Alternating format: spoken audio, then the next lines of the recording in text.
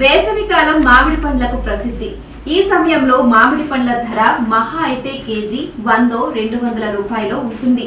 కానీ ఖమ్మం జిల్లాలో మాత్రం సాగు అవుతున్న మియాజాకి మామిడి పండ్లు అక్షరాల 2,50,000 నుండి 3 లక్షల రూపాయలు.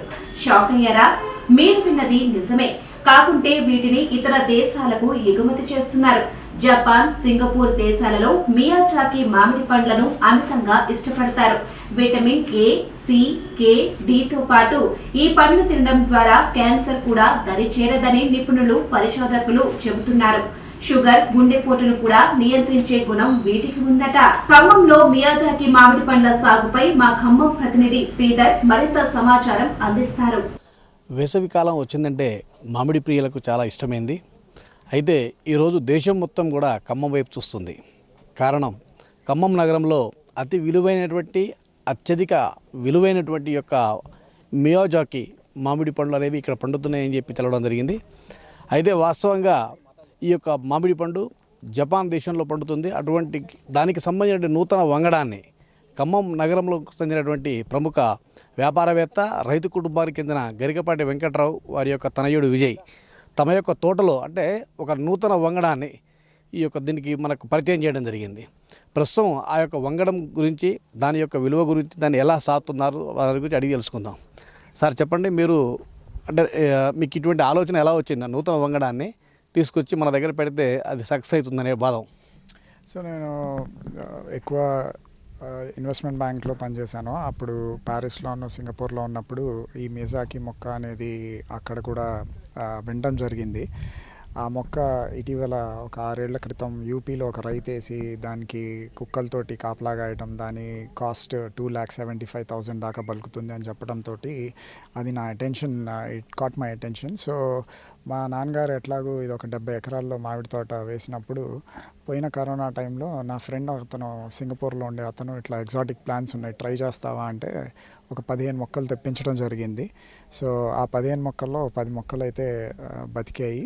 ఇందులో ఒక 4 ప్లాంట్స్ ప్రస్తుతం హార్వెస్ట్కి వచ్చాయి. సో దీనికి మెడిసినల్ ప్రాపర్టీస్ ఎక్కువ ఉండడం వల్ల దీనికి ఆ రేట్ పలుకుతుందని హార్టికల్చర్ ఆఫీసర్స్ కానీ, హార్టికల్చర్ డిపార్ట్మెంట్ కానీ చెప్తుంది. So as a trial basis నా మీదే నేను ట్రై చేసి చూశాను.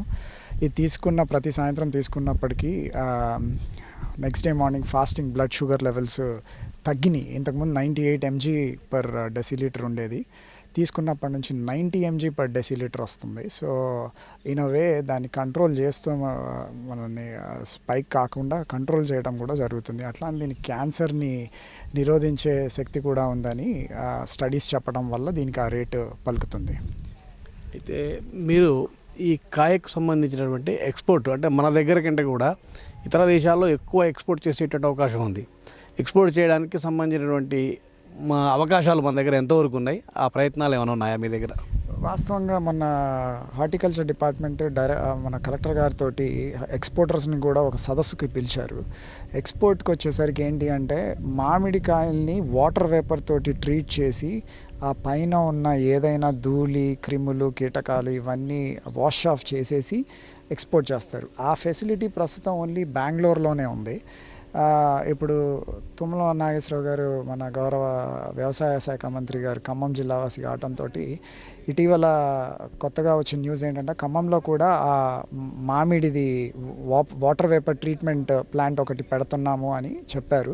అది కనుక జరిగితే రేపు మామిడి రైతులకి, ఖమ్మం వాళ్ళకి నిజంగా వరమే. ఎందుకు అని అంటే, దాన్ని ట్రీట్ చేసి రేపు మనకి నాగ్పూర్, విజయవాడ, నితిన్ గడ్కరీ గారు కూడా పోర్ట్ కనెక్టివిటీ రోడ్స్ మన ఖమ్మం నుంచి వెళ్ళటం వల్ల అదొక పెద్ద మేజర్ అడ్వాంటేజ్ ఉంది.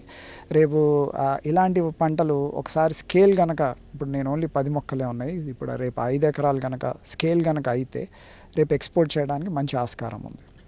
అయితే అత్యంత విలువైనటువంటి యొక్క మామిడి యొక్క పండ్లను పరిరక్షించడం కూడా కొద్దిగా కష్టంతో కూడుకున్నటువంటి పని. దానికి సంబంధించి మీరు ఎటువంటి చర్యలు తీసుకుంటున్నారు? డాగ్స్ పెట్టామండి, ఒక 4 డాగ్స్ దాకా, కొంచెం అగ్రెసివ్ బ్రీడ్ పెట్టాము మేము.